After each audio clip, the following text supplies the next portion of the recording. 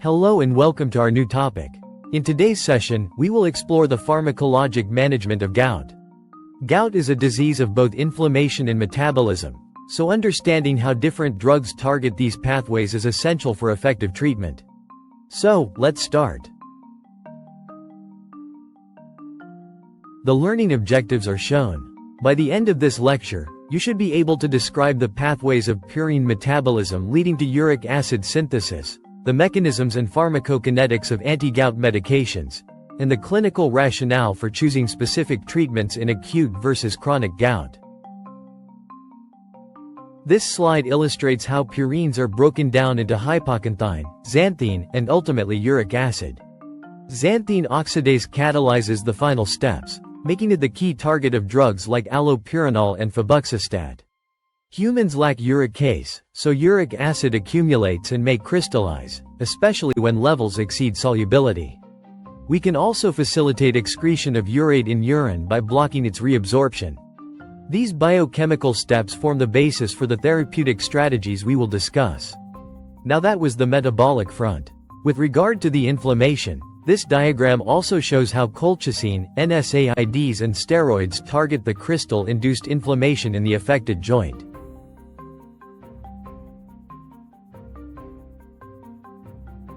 Negatively birefringent crystals in gout are needle-shaped monosodium urate crystals that are identifiable under a polarized light microscope.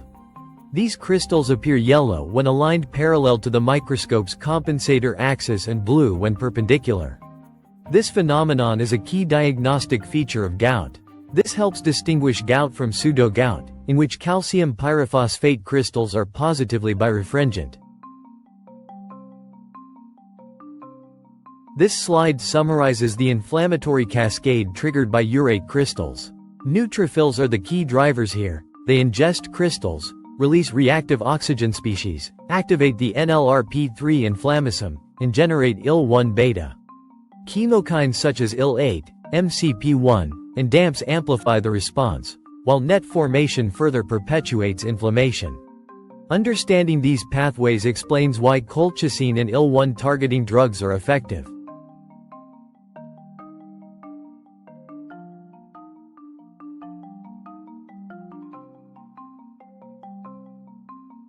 Gout presents as a sudden, intensely painful, inflammatory arthritis, often affecting the big toe, known as podagra. Hyperuricemia is a common finding but not always present. Middle-aged men are most commonly affected. Hyperuricemia may result from either increased uric acid production or reduced renal excretion. Recurrent attacks can lead to soft tissue deposits called tophi, erosive arthropathy, and uric acid nephrolithiasis. Early recognition and treatment prevent progression.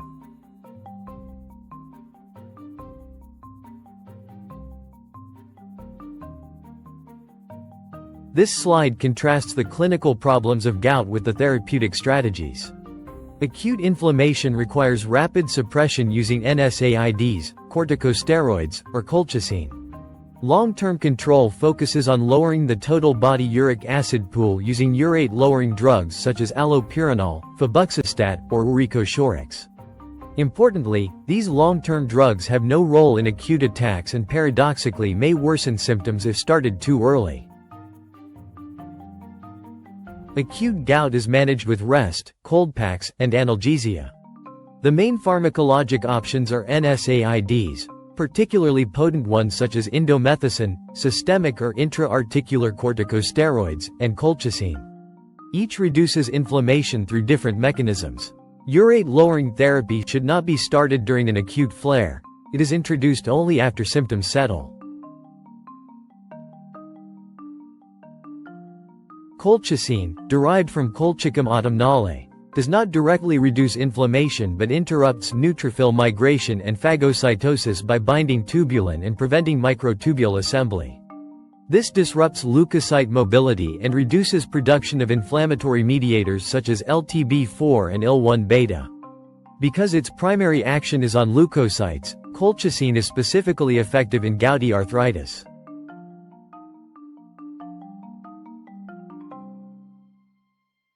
Colchicine is no longer the first choice for many patients due to its narrow therapeutic window. Gastrointestinal upset, particularly diarrhea, occurs frequently. More serious adverse effects include hepatic necrosis, renal failure, seizures, myopathy, peripheral neuropathy, and bone marrow suppression. Toxicity is more common in renal or hepatic impairment, so careful dosing is essential. The urate-lowering drugs could be of two types based on the main strategies for lowering urate levels. 1. Reducing production via xanthine oxidase inhibitors such as allopurinol and febuxostat, or 2. Increasing excretion via uricosuric agents like probenecid, sulfenpyrazone, or with pegloticase. These therapies prevent recurrent gout and tophi formation but must never be initiated during an acute flare because they can destabilize urate stores in the body and trigger attacks. Allopurinol is a purine analog that is metabolized to alloxanthine or oxypurinol, which inhibits xanthine oxidase. This blocks the conversion of hypoxanthine and xanthine into uric acid. By lowering serum uric acid levels, allopurinol reduces the frequency of gout attacks and prevents tophi development. However, it must be introduced gradually and alongside NSAIDs or colchicine to prevent early flares.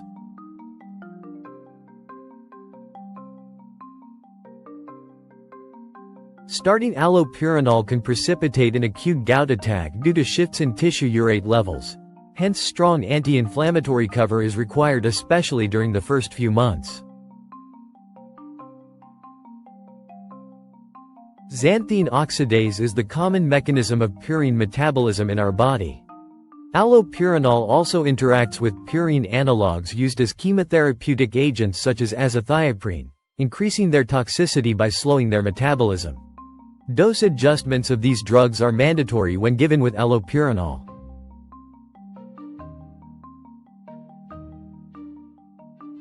Allopurinol can cause gastrointestinal upset, hypersensitivity reactions, and acute gout flares. Serious skin reactions such as Stevens-Johnson syndrome and toxic epidermal necrolysis are rare but life-threatening, especially in patients with the HLA-B58.01 allele, especially in Chinese population. Other red flag toxicities include interstitial nephritis, hepatitis, peripheral neuritis, vasculitis, and bone marrow suppression. Unlike allopurinol, febuxostat is a non-purine xanthine oxidase inhibitor. It is more potent than allopurinol and is particularly useful in patients with renal impairment. Like allopurinol, it must be started with anti-inflammatory cover. It is generally well tolerated but may cause liver function abnormalities, GI upset, or headache. Probenecid and sulfenpyrazone are organic acids that compete with uric acid for reabsorption in the renal tubules, increasing urinary excretion. They are effective for patients with underexcretion of uric acid and can be useful in tophaceous gout or frequent flares. There are other drugs which may affect uric acid excretion as shown. When used regularly, they reduce body urate pool. However, this effect may not be visible through circulating urate levels. They must be avoided in renal impairment and require high fluid intake and urinary alkalinization to prevent kidney stones because high uric acid in acidic pH of urine may precipitate to become uric acid stones. Mild adverse effects include GI upset and rash. Sulfenpyrazone may rarely cause nephrotic syndrome.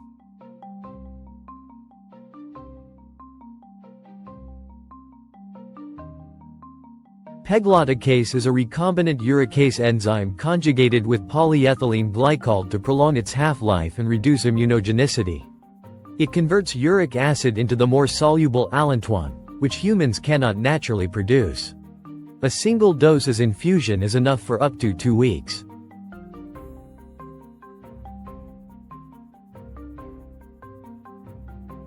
Pegloticase is indicated for severe, treatment-resistant chronic gout and tophaceous disease. Like other urate-lowering therapies, it can precipitate acute gout flares and is given with prophylactic NSAIDs or colchicine. Adverse effects include hypersensitivity reactions, hemolysis in G6PD deficiency, nephrolithiasis, and infusion-related symptoms.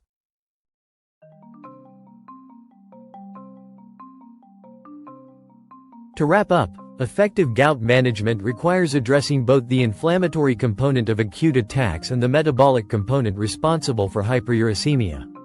Drugs such as colchicine and NSAIDs treat acute symptoms, whereas xanthine oxidase inhibitors, uricosurics, and pegloticase reduce the total body urate pool. The choice of therapy depends on renal function, frequency of attacks, comorbidities, and prior responses. Thanks for watching. Don't forget to like, subscribe, and share. Happy learning!